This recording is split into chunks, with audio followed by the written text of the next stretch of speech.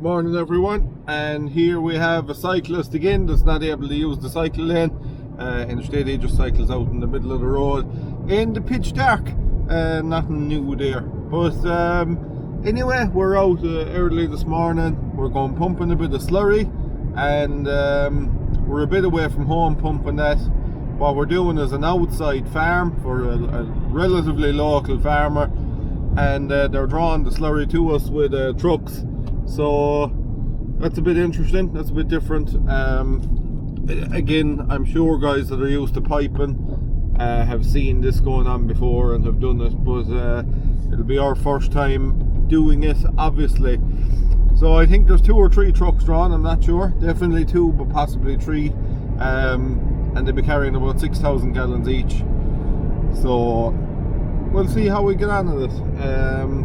Obviously we're heading away a bit early, so we'll have everything organised and everything ready, so we won't be holding up the guys in the trucks, because they're pretty busy and it was pretty hard to get them for a day, to be honest. We're waiting up to, I suppose we're waiting a lot of 2-3 weeks to get them. This job has been booked with a bit, but like that, we're waiting a while to get them. What we were at yesterday is we were moving a few loads of bales, and they weren't going to desperate distance, but they were going in 2 totally opposite directions, so that took a bit of time. And obviously we moved the gear out to where we're going this morning, because it's just easier. It's easier to move stuff in daylight evening hours than this time of the morning, take the panic off. But for the rest of the week then, we have, if it's wet, if it stays raining, it made a ball of rain last night, and the sky doesn't look great there now this morning either. So what we have on for the rest of the week is something a bit different and something we've never ever done before. So, but we actually have a nice bit of work to do with it, so we'll see how we get on. Jobs have been building up at that throughout the course of the winter, and it's time I got stuck into them, so I'm going to hire out something, and we will go at that for the rest of the week, and probably into next week as well if it stays bad, I'd imagine. Like that, there's a fair old bit of work to do in that aspect. So I'll spare you all the details of that until we're actually doing it and how we get on it. But for now, we're gonna just head out to where we're going spreading and let you know how it all goes. Once we're all set up and going, I've no drone with me or anything, but I'll talk you through it and show you what's going on. Well, we're just ready to go now. I'm sitting waiting for the trucks. He's a kilometre away. We have a kilometre of pipe out. I was told when I bought this there was a kilometre with it, but I've measured the pipe and we actually have more than a kilometre, because there's about 100 metres, I would say, left on the front reeler. So happy enough with that. But I don't like that Oriflex hose really. It seems to twist away easier, than there's some blue snap tight on it, and that seems definitely a superior hose. There's also some black, but I know you can get a black Oriflex as well, so I'm unsure. And usually that's just laid out, we'll say, between fields and whatever. It's not actually laid out into, you're not dragging it. It's not the drag hose. But I will be dragging it this morning, so we'll get a fair idea of what it's like to twist and all that. But definitely the snap tight seems about the most twist resilient out of the 2 of them. So yeah. Well, as you can see, we're spreading away. Commanders are not too bad now, in fairness. No big hiccup so far. So there's plenty of pressure as well. I have the 2 splash blades going, and like I was saying, he's a kilometre away. It's turning into a nice day, in fairness. Hopefully it stays like this. I know there's a good supper in tonight, so At least we won't be getting wet and drowned rolling it up and all that if it stays dry until we're finished up.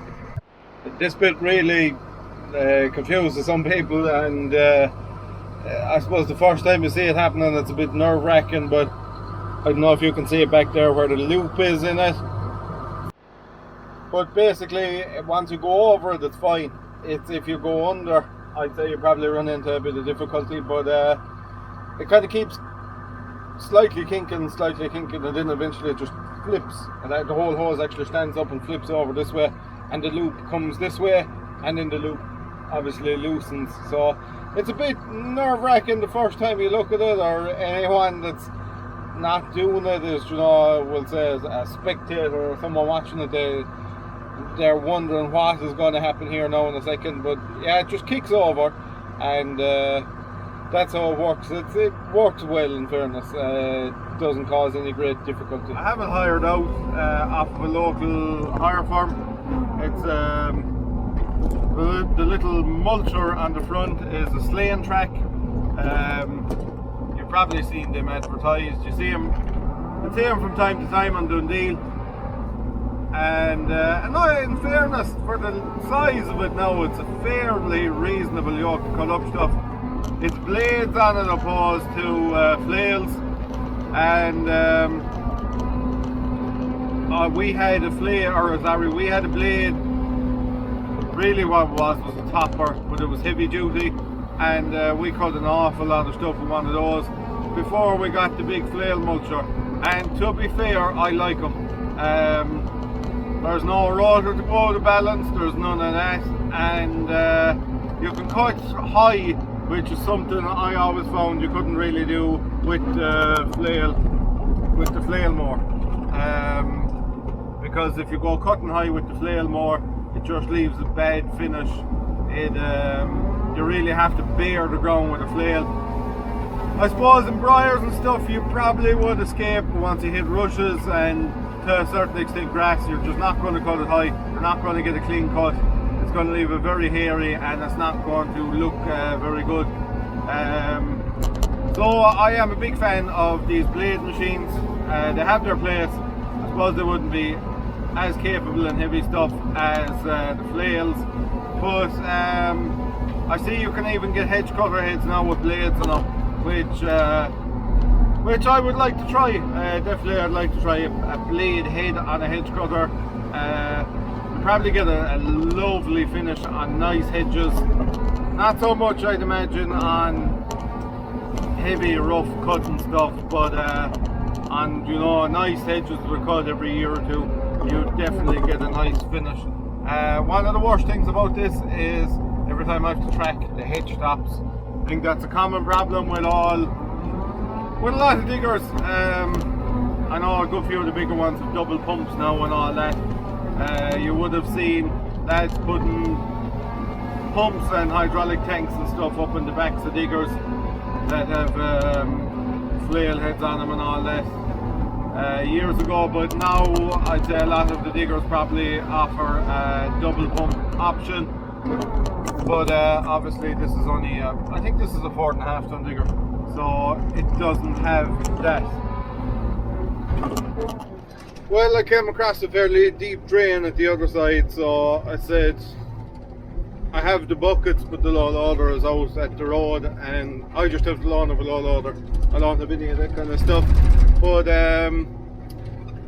I said while I have the head on now, I'll just keep going, so I have to go around. But I was around this side last night, and obviously I tracked out to the front yesterday evening to just park her up basically, so I wouldn't have to be walking through all this kind of stuff. But I said I'd go around the other way and meet it. It'd save a lot of tracking, but there's a fairly deep drain over there, so I will I have pipes there and all, so I'll pipe that, but I'll do all the mulching first. We have a fair bit of this to do. We have this one. I think there's about 4 different forestries here. There's probably about 35 acres in total, I would say. And once I've this one done, I'm shooting up the road to do another one, and for a different guy. and then I must cross the town and have another one to do with the far side of the town, and then I have 2 bits of really overgrown farm roadways to clean up. So I suppose I've a lot of, maybe a week, 2 weeks work, I would say, 10 days probably, to do with this, and hopefully it all goes smoothly and according to plan, and it all works out. I wouldn't be driving diggers very often. It's been a few years now since I drove a digger, but nice for a change. Definitely a break from driving tractors. We have a few road jobs to do with the tractor and hedge cutter, so probably get someone to go at that next week, and once that's tackled, it'll be another job off the list and done. It's very funny how, and I've probably said it a few times now, but how just time slips away very fast in from October you start hedge cutting, and so you're tipping away hedge cutting, and if you look back in the videos, we've been touring around. We've been in Limerick hedge cutting, and we've been doing a good bit of hedge cutting locally and saw cutting, and sure, if you're at it maybe 4 days every week or whatever, the weeks don't be long going, and time doesn't be long moving on, and once you get into January, then you're spreading slurry, and funnily enough, also when you get into January, bales really start moving. You really start shifting bales from January on, and that then brings you up until the end of the hedge cutting season. And once the hedge cutting season is finished, usually the weather starts to improve, and before you know it, you're out reseeding and you're out doing mulching inland and all that kind of stuff. So it's just, I suppose this year especially, we kind of haven't stopped this year, which was a bit of a pain in one aspect, because trying to get tractors fixed and tractors gone through and machinery gone through and all that, but we did get a bit of time, thankfully, to get through that. And look, there's a few more jobs, bits and pieces I'd like to do, and hopefully we'll get a bit of time to do it. But usually once the cows go out, there is a bit of a lull. You've been spreading bits and pieces of slurry, but there'll be no big burst of slurry, and there's just a bit of a wait in until, there's too much grass around, I suppose, and let's start reseeding paddocks and stuff like that. So then hopefully we will get a bit of time. What must be done is our passenger mowers must be set up and synced with the tractor, because you get the front one to talk to your control box. So that's one of the jobs that needs doing, and just everything needs to be serviced and gone through before it gets too busy. But anyway, I'll tip away at this. I'll give you an update later on.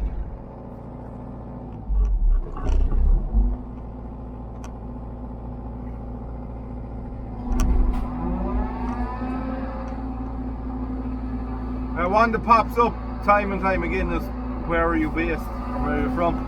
We're just outside Tralee, County Kerry. I've answered it about 5 times now. I don't think I'm going to answer it again. Another guy there also said ramps are a better job than the than the boom for the loader.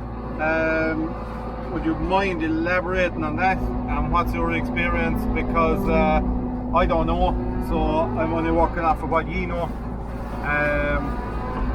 I thought the ramps would be a bad job for lowered cars and stuff like that, because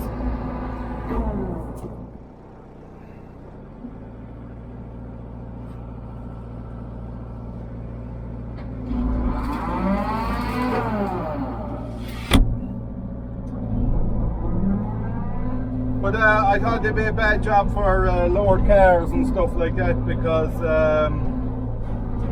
don't you know now how low a lot of cars are now? If they go crossing the ramp, obviously they could get stuck on the ramp, and that's something I don't want to be dealing with.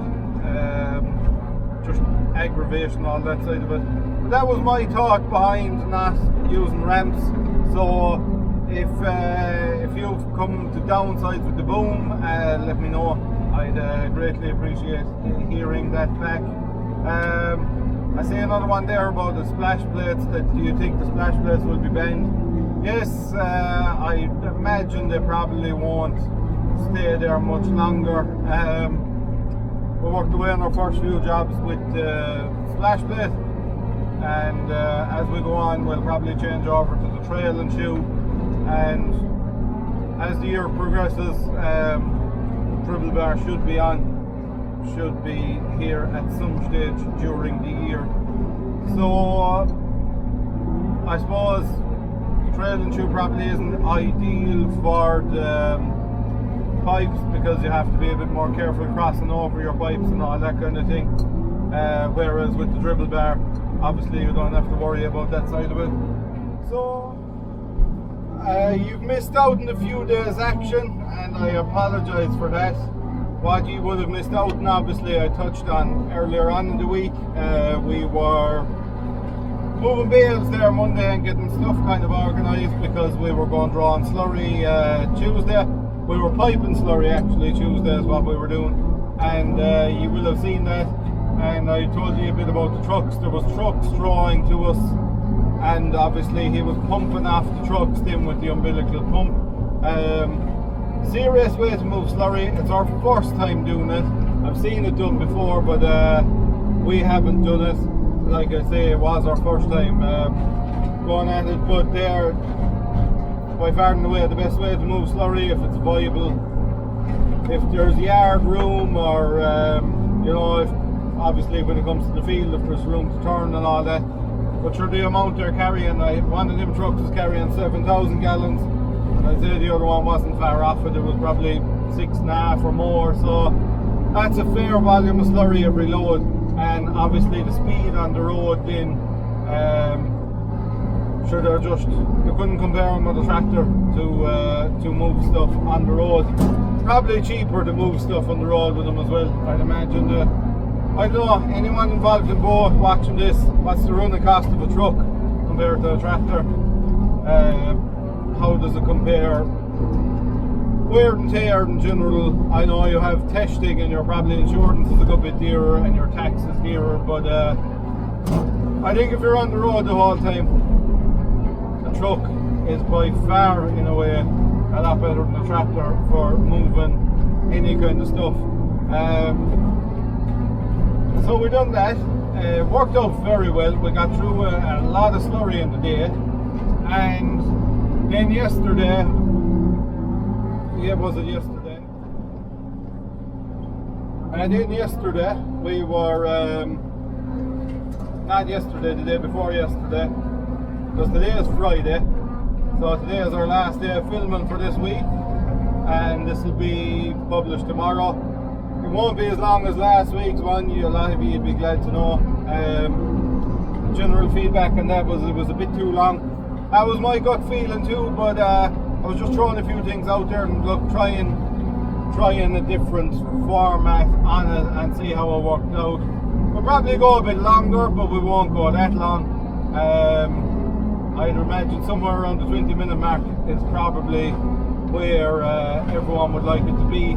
So look, I'd say we'll probably end up with about that.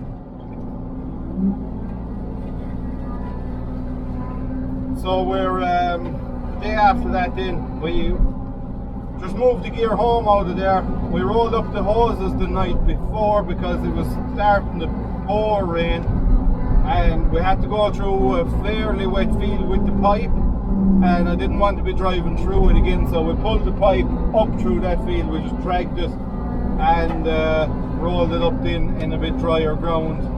So we had it all reeled up and ready to go. We shot out and collected it the next morning, and then yesterday I went and collected this digger and got set up to go at this. I was here yesterday doing a bit as well, but only a couple of hours, and just see how we get on with it. And to be fair now, it's doing what we want. Just need to clear these cats around it. I don't know whether that's a requirement or not, or whether these people are just doing it kind of for their own use, I suppose, so they can travel around it, or you know, go around it with their tractor, or walk around it, or what have you. But I don't know whether you have to keep your pets clean when you have a forestry on it. Not a whole pile going on in the fields this week or the coming week, looking at the weather forecast, which is probably a disaster for a lot of lads, because I know all everyone was really doing all along was just giving themselves a breather with Slurry. They weren't trying to put out radical amounts of it, so whether they'll be in trouble again or not, I don't know, but I'm sure if they are, we will know about it. So yeah, tomorrow we will be moving bales. I'll just be staying at this, trying to get as much as I possibly can do. And a lot of you will be delighted to know we didn't work last Sunday. Whether we'll end up working this Sunday or not, unsure yet. It depends on how today and tomorrow go for us. We'll have to stick the tractor on the hedge cutter, and there's a fair few roadside hedges need tidying up, because we're shoving close to our closing date for the slurry season, or not the slurry season, the hedge cutting season obviously, so that needs to be finished off, and once that's done then obviously that'll give us a bit of a breather. But so yeah, thank you everyone who's been watching and tuning in. Give us a bit of feedback, tell us what you think, and make sure to comment and give us a like. So that's it from me for this week. We will update you next week on all the goings on.